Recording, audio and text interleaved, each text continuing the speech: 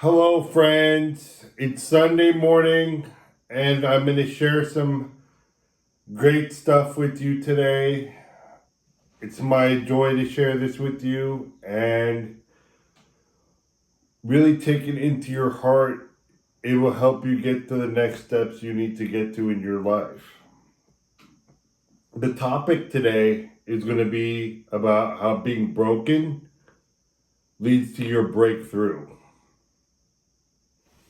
Being broken leads to your breakthrough. I know it's counterintuitive, right? One thing you have to understand is that God chooses boldness over purity. The boldness of great people is created by what breaks them. The trials that God allows you to go through are to trim away your fear, doubt, regrets, grudges, envy, jealousy, and hatred. All those emotions that separate you from God. When God trims away all these evil thoughts and feelings and habits that you have, you become closer to Him. He knows if you can handle the trials in your life that He allows you to go through, that you'll have the strength to handle the abundance, love, and opportunities that He's going to send your way. If you can't show God that you have the capacity to endure the trials that you encounter, He won't send you the blessings because you won't be able to handle them. You would have shown Him that you could handle it if you could stay calm and graceful when the hard times come. Trials can either bring you closer to God or push you away from God towards the enemy. If you don't view your challenges as an inevitable step to victory, and instead you view the challenges of your life as a curse, and you have a victim mindset that your past is holding you back, that your challenges will become a burden to you, a burden that you won't be able to carry. It'll be too heavy of a burden for you to carry. The difference is how you view the challenges of your life, your mindset. No matter what you've been through, God can use it for your greater good. I'm talking about the worst things in life. When I had cancer, I blamed God and I hated God. But going through cancer, surviving it, and surviving all the other traumas I've been through in my life, broken bones, broken knees, broken ankles, breakups, family problems, all those things form me into the person that I am, so I can almost effortlessly help other people walk through their dark times and get to the other side because I know what they're going through. I have a sense of what's going on and I can help walk with them. If I had not gone through cancer, if I had not gone through broken bones, if I had not gone through a broken heart so many times, if I had not lost family members and loved ones, I wouldn't have the depth and I wouldn't have the strength to walk with people who are going through the same thing.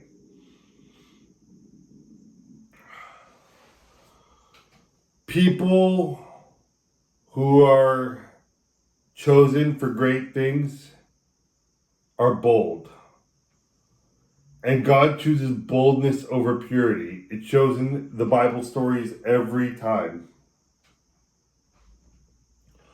If you look at the story of Saul, the saint, the great, I think he was a saint or a great teacher, Saul. Yeah, he was a saint. He was a persecutor of Christians. He actually was among the people that persecuted the Christians, who rounded them up, who threw them to the lions, who burnt them alive, who killed their children, who destroyed their places of worship. Saul was a persecutor of Christians, and he did the worst sort of things that made him feel regret. And once he became a Christian, he didn't let his past stop him from carrying out his duty to be a Christian and to bring new people to Jesus. He used all the regrets and guilt that he felt over the unforgivable sins that he did, killing women and children, killing the people of his new faith that he adopted for years. He didn't let the guilt and the self-hatred bring him down. He used that energy. A lot of energy is created when you've done something wrong and you feel guilt and regret over it. You can take that energy and create something beautiful out of it, like Saul did. Saul changed his name to Paul, and he became a spreader of the good news, the gospel.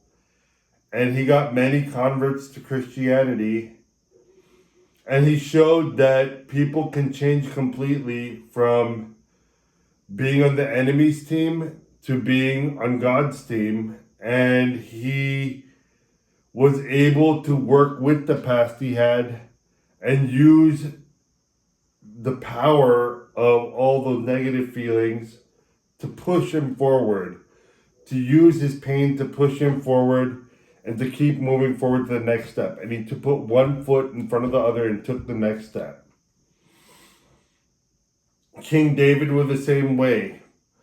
David was not a perfect man. He was the runty one in his family, and he was sent to bring lunch to his brothers on the battlefield when they were fighting the Philistines.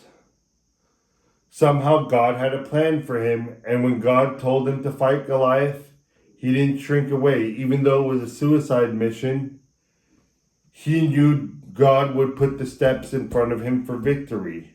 So he didn't question how he was going to get there. He didn't question the different steps.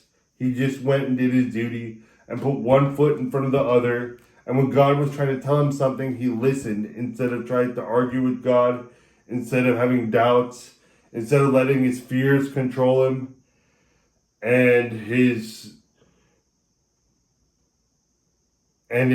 the way he'd been treated his whole life in the runt of the family. He didn't let that stop him. He just did what God told him his mission was to do, and he brought down Goliath and eventually became the king of Israel.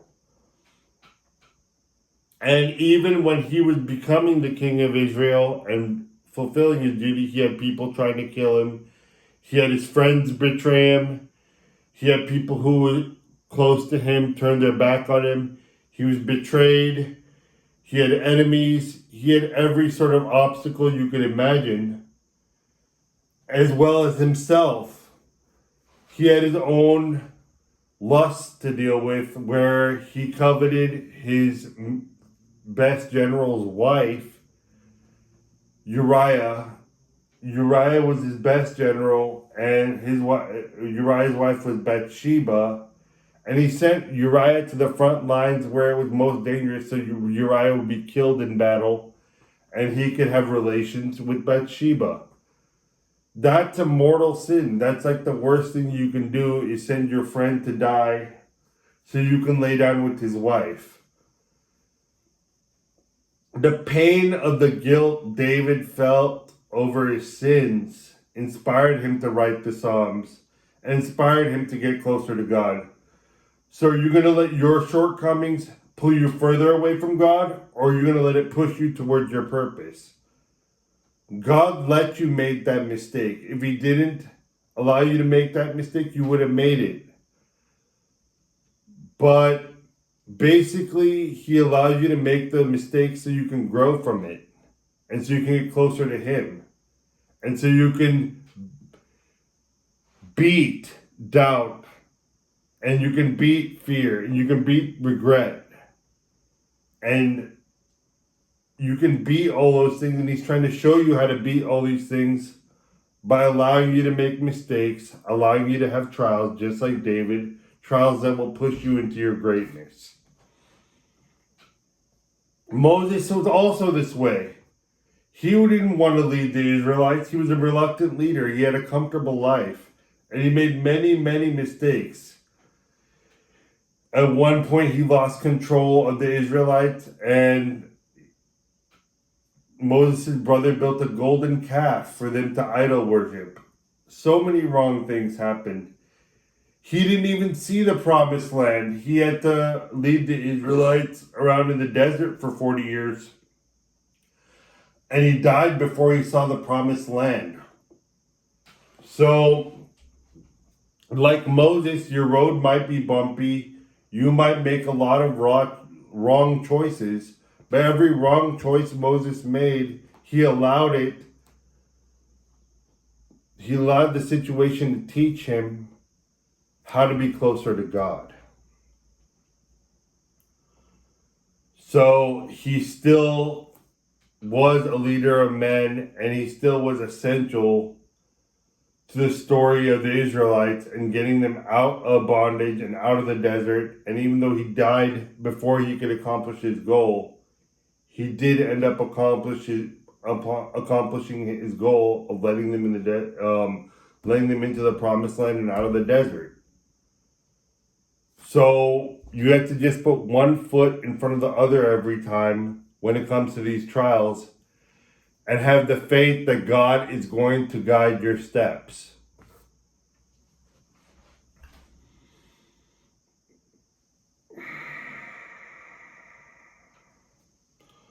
All these people had to realize their gifts, talents, and power came from God. And then, in spite of being imperfect and committing the worst sorts of sins, they still had a purpose to fulfill in the service of God. And they were not going to let the guilt, regret, tears, and sorrow they felt over their past slow them down from carrying out their mission. So you understand, even when you're crying, even when you're torn up inside, even when the biggest hurts are happening to you, that's when God expects you to put one foot in front of another, be willing to make more mistakes, but you must keep moving. You must keep moving forward. That's all God expects. And ask him for his guidance. Ask him to lead your every step and let go. And just take the next step forward out of the ditch.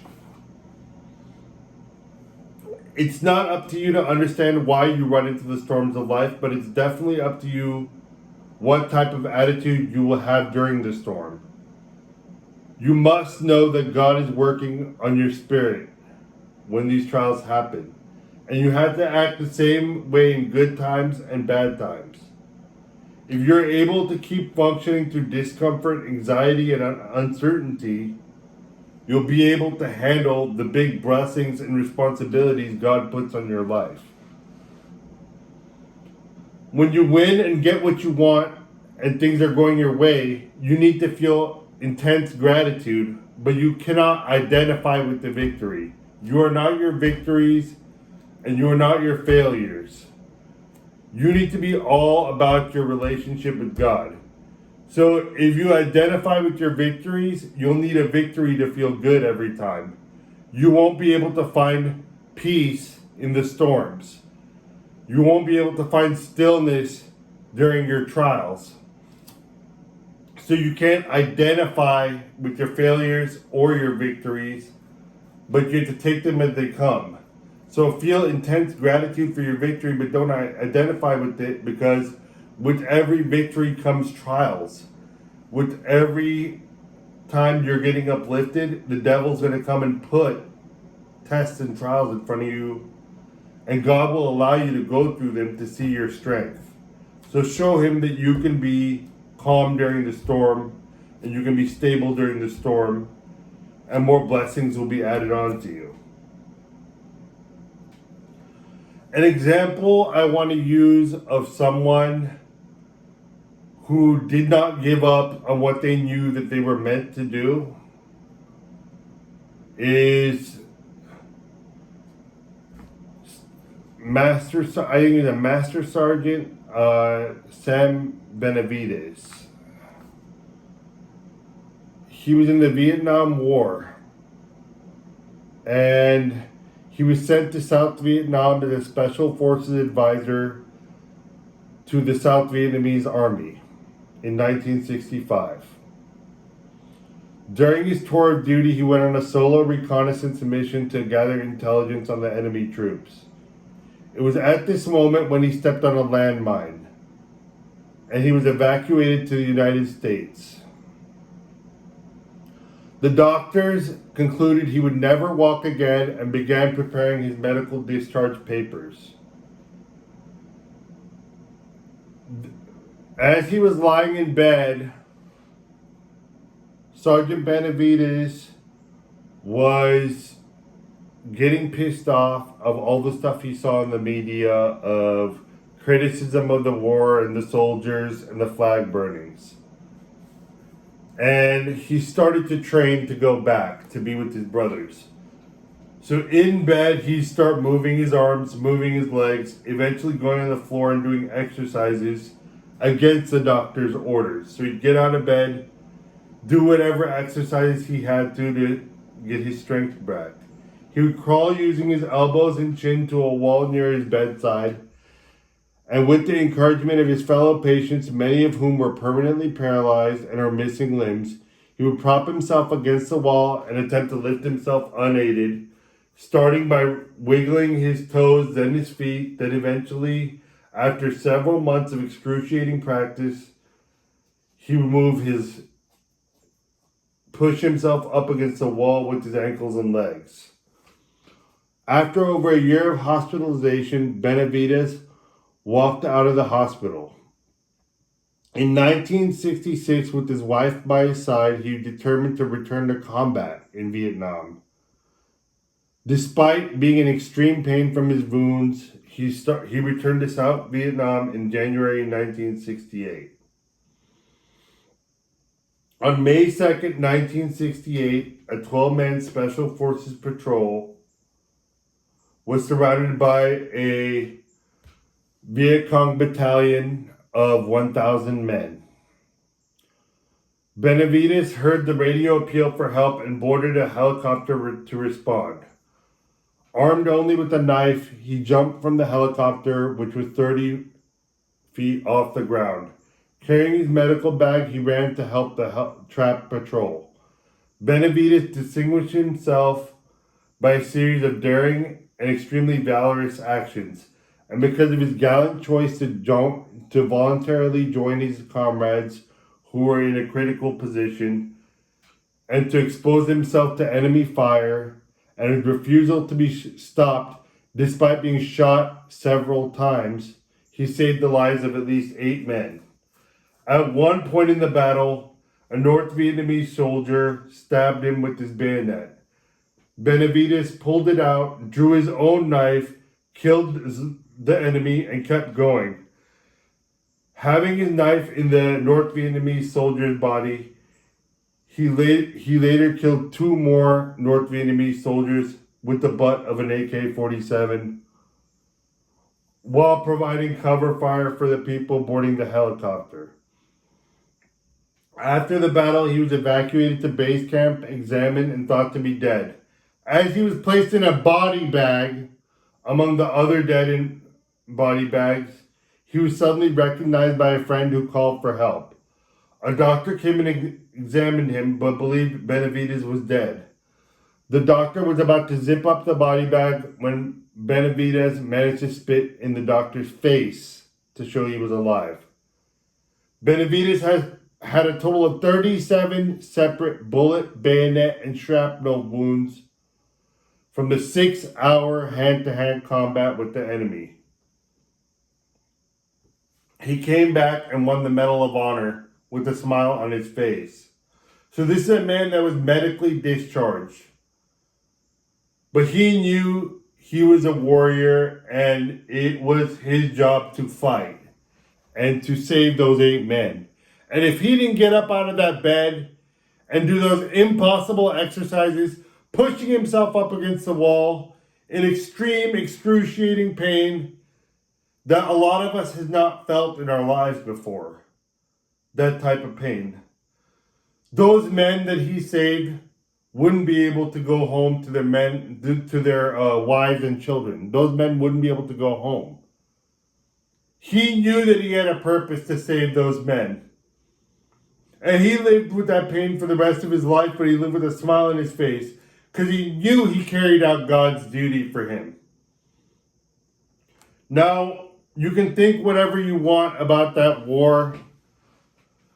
We don't know whether it was right or wrong, but protecting your brothers and bringing them home is right. And doing your duty is right. And doing what you said you were going to do is right. And he did not let the devil bring him down, even with all those bullet wounds in him. 37 wounds in him. He did not allow the devil to slow down his purpose. He knew that he wanted to save those men, so he did it. A normal person would have gone into a corner to die peacefully, but he didn't do that. Benavides didn't do that. So that's the way you have to view these battles, is the devil's going to try and slow you down and make you not carry out what you're supposed to do. You can even view it as small as a day. All right? Your day. Every new day is a gift from God. So you can view the things that come into your life, the flat tires, your partner's acting difficult, your kids aren't cooperating, you're having problems with the boss, you're having problems with your health. These are all things the enemy's putting in your way so you can't carry your purpose out. So the test is to see if you're going to keep on taking baby steps to your purpose, just like Benavides did. He got out of bed during his time he should have been sleeping and recovering. He got out of bed to train, to go and save his friends. So are you going to get out of bed in your moment of pain and train? Are you going to be in pain and taking the next foot forward, the next foot forward, the next step forward, the next step forward, the next baby step, the next baby step, the next baby step, like he did? Or are you going to let these little things bring you down? Your partner annoying you, little nagging here and there, something breaking in your house, some financial setback. Are you going to let these things stop you from your destiny? Or are you going to keep one foot in front of the other, not knowing how you're going to get there? You're not going to know all the details about how you're going to get there, but are you going to let God handle the details? Are you going to have the faith to let God handle the details? God's momentum will push you towards your destiny if you'll just let him. When you're hurting, you have to just let him work for you. You need to say, God, I'm struggling right now, but my faith is in you.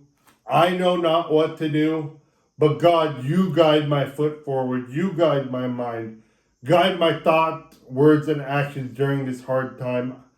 Thank you, God, for guiding my actions, thoughts, and words during this hard time. God, give me the strength to take the next step forward. You say that prayer and you take your next step forward, no matter how small. Every step's a baby step. So if you're too stressed out to do something that you plan for the day, get your butt working on something else.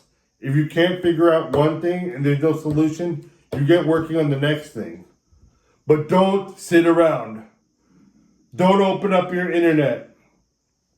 Don't start surfing the web or do the things that lower the intensity of your pain. Don't smoke weed. Don't go have a drink. If you want to take the edge off, go work out. If you want to take the edge off, go help someone else.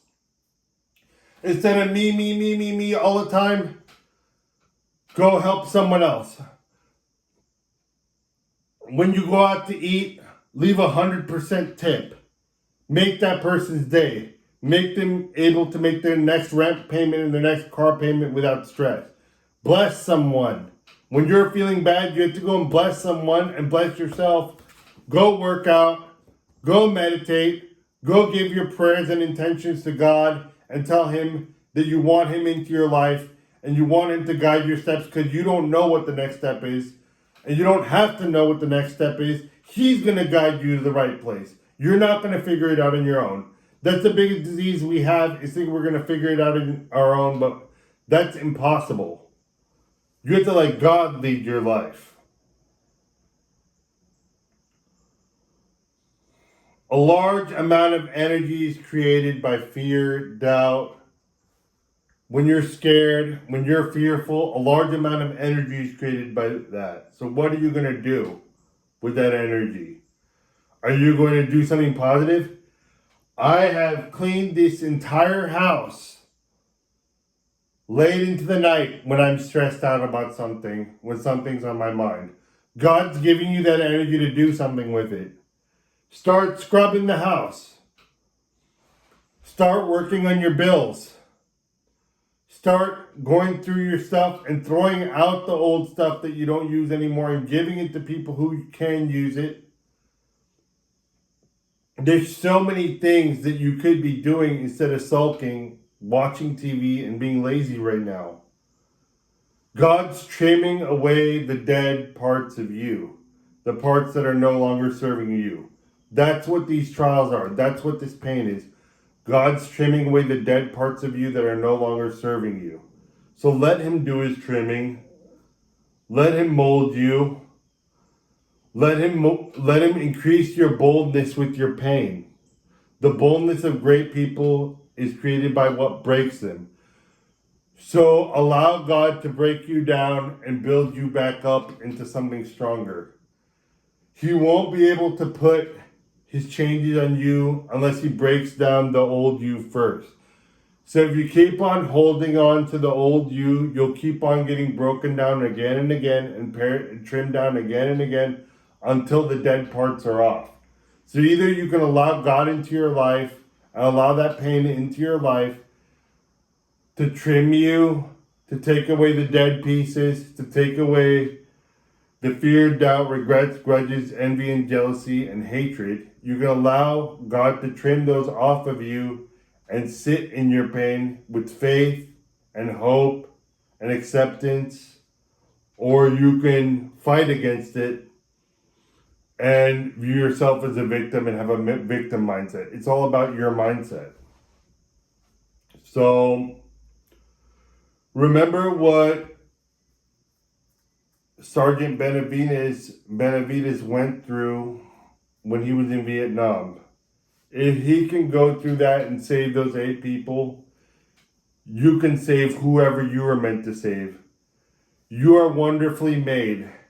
You are here to make a difference. Whatever you're out there doing can help people have a better life.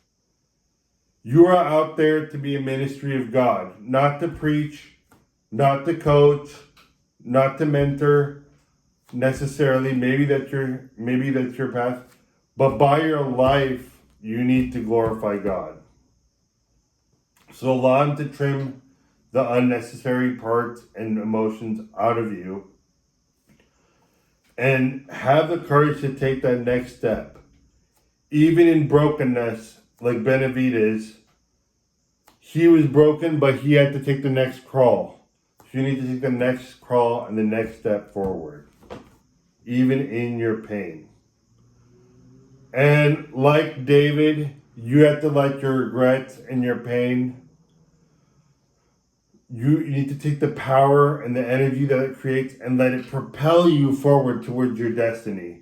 God let you do those evil things, and God let you do those things that you regret so you can use that pain to propel you forward. So being broken leads to your breakthrough, and you have to realize that. And you need to have a victor mindset, a victory mindset instead of a victim mindset. I love you. I'm here for you. I'm here to support you. That's my ministry of love to you guys.